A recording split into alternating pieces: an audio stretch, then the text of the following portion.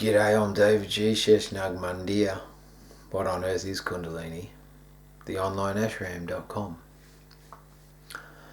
This video is about Christianity. I know I'm taking a risk doing a video on Christianity, but that's not the point. The point is I want to clarify my own perspective on things. And don't get me wrong, mate, there's a whole lot of beautiful people out there. In this world there are miraculous human beings. Some of them adhere to the belief system and religion of Christianity, and they embody the best they can the teachings of Christ and use him as an intermediary to get to God so they can be freed from sin. That's cool, and they're beautiful, beautiful human beings, and the Christos is freely flowing through them. I see the Christos as the Merkaba. You can Google it, the 3D Merkaba, which is also like the Star of David, and it's an upside down triangle and then a normal way triangle, or triangle with the point up and triangle with the point down. In a two-dimensional perspective, it looks like the Star of David, or it looks like the symbol or the yantra within the Anahata chakra, which is the heart chakra in the etheric body, which is greenish in colour and has the Star of David within it. It represents the union within the heart, where there's a heart-based experience of life which has an integration of the spiritual subtle aspects and non-physical experience of humans integrated with the physical experience of humans, and the physicality mixed with the spirituality actually expresses a harmonized emotional expression through the heart. That's cool. That's the Christos, mate. And that's the center of the cross. Boom. Right there. That's Christ. But I've experienced a few Christians lately. Like one of my Christian interactions was, go back to India and talk your Eastern shit there, mate. And I said, well, there's a lot of people that do yoga in the West. And the person said, yeah, they should all go back to India. Go back to where the teachings came from so you're accepted in that culture. I said, you know how outdated that belief system of yours is? And they said they let go with a few expletives, and I felt like their judgment of me came through fear because I was accepting of their belief system. I don't really care, like I said. In the next interaction I'll let you know about that, but on a representation, when they project themselves as saying that they abide by the teachings of Christ, which are based on non-judgment and love, and then the predominant experiences that I'm having from them is judgment through fear, then that's contrary to what their whole belief system is entangled with. And I think this is borders on insanity. But they can't see it because they don't have a third person objective experience of themselves. Like the next interaction, right? I was at work and the nurse looked at the book I was reading. It said Yantra, Mantra and Tantra. She said, oh, that's Hinduism or Buddhism, isn't it? I said, no, it's not a religion. I'm not religious, so don't put me in with the Hindu religion. I'm not a Buddhist. I respect the teachings of Siddhartha Gautama. I also respect that in some level, to become a Buddha, you need to experience the dimension of your mind that is specified within the Samkhya philosophy when they're talking about the evolutes of Prakriti.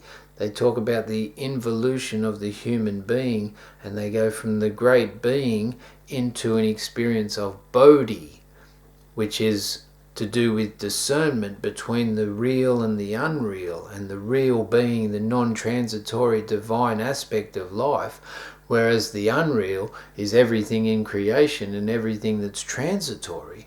So to achieve the state of Buddhahood, you need to have achieved the state of discernment between the real and the unreal. But I'm not a Buddhist. I don't adhere to the Eightfold Path, even though I reckon that life is suffering if you're entrapped in a subconscious cyclical pattern. I'm not Buddhist, I'm not Hindu, I'm a scientist. And I'm mainly only interested in the physiological system responsible for the experience of unification of the individual soul with the great being. That's all I'm interested with. And that in itself is described best as, according to how I understand it, through yoga. So I am a scientist that is devoted to the science of yoga. And within that lies the Sanskrit alphabet and the teachings of the yogic philosophy, the yogic psychology, and the yogic physiology. She said, is there salvation in yoga? I said, what are you getting at? I said, yoga is salvation. Yoga is baptism of the Spirit. The experience of yoga happens when you're baptized in the Spirit and you unify with God. I said, I have a personal relationship with the divine and I adhere to the teachings of Jesus Christ. You don't. You're going around saying, Jesus said, you and I are one. My Father and I are one. But you don't believe that. Jesus said, ye are gods, but do not know it. I know it, right? I actually know that I'm divine by nature and I've got this ability to be a genie, right? I understand. I said, I'm not waiting for some ghost to ride back in on a cloud and save me during the rapture. I'll have my own rapture. Right? I don't need a third party to repent for my sins. I know that I'm flawed as a human, but I can still live aside the divine relationship. I know that that's possible. As flawed as I am, I can have a personal relationship with the divine. I said, I don't need a third person. You're still like separate from everything. You've been reading this book for years and you're still separate. It hasn't worked. I said, I'm not that sort of person. And left it at that. I said, I'm sorry that you won't understand. And I wanted to come out with that line. You're too normal to understand and I'm too insane to explain. But I left it at that. And then the next day, one of my colleagues, because this was at work, one of my colleagues received an email about Kundalini being aligned with the occult. And occult just means hidden philosophies, you know, if you look at the origin of the word occult, right? Said she hasn't watched any of these videos on my YouTube channel, but I'm going to recommend that she does.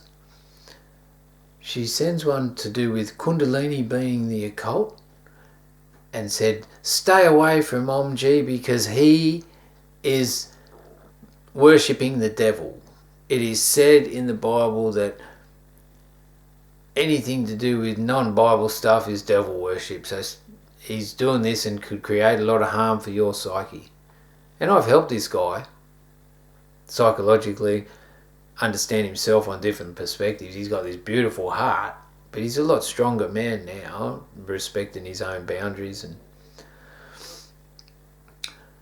so it was just intriguing to me that Christians, this one as well, were based in the experience of fear and judgment towards me when I've never done anything to do with judging them.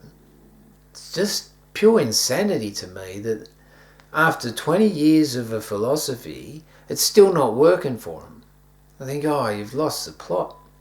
But then it's okay. I just wanted to share that Christianity story and how disappointed I am about being judged by people that have no idea about the book that they're prophesizing. Share the world. Be a Christian if you want. Just be a good Christian.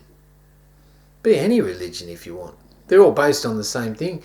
Personal relationship with the divine, a relationship with yourself, and then a relationship with others that represents or harmonizes that experience with yourself, so within you can express a healthy interaction with other components of yourself in other people. Share the world. Sheshnag Mandir, the online ashram. Om Namah Shivaya. Hara Hara Mahadev.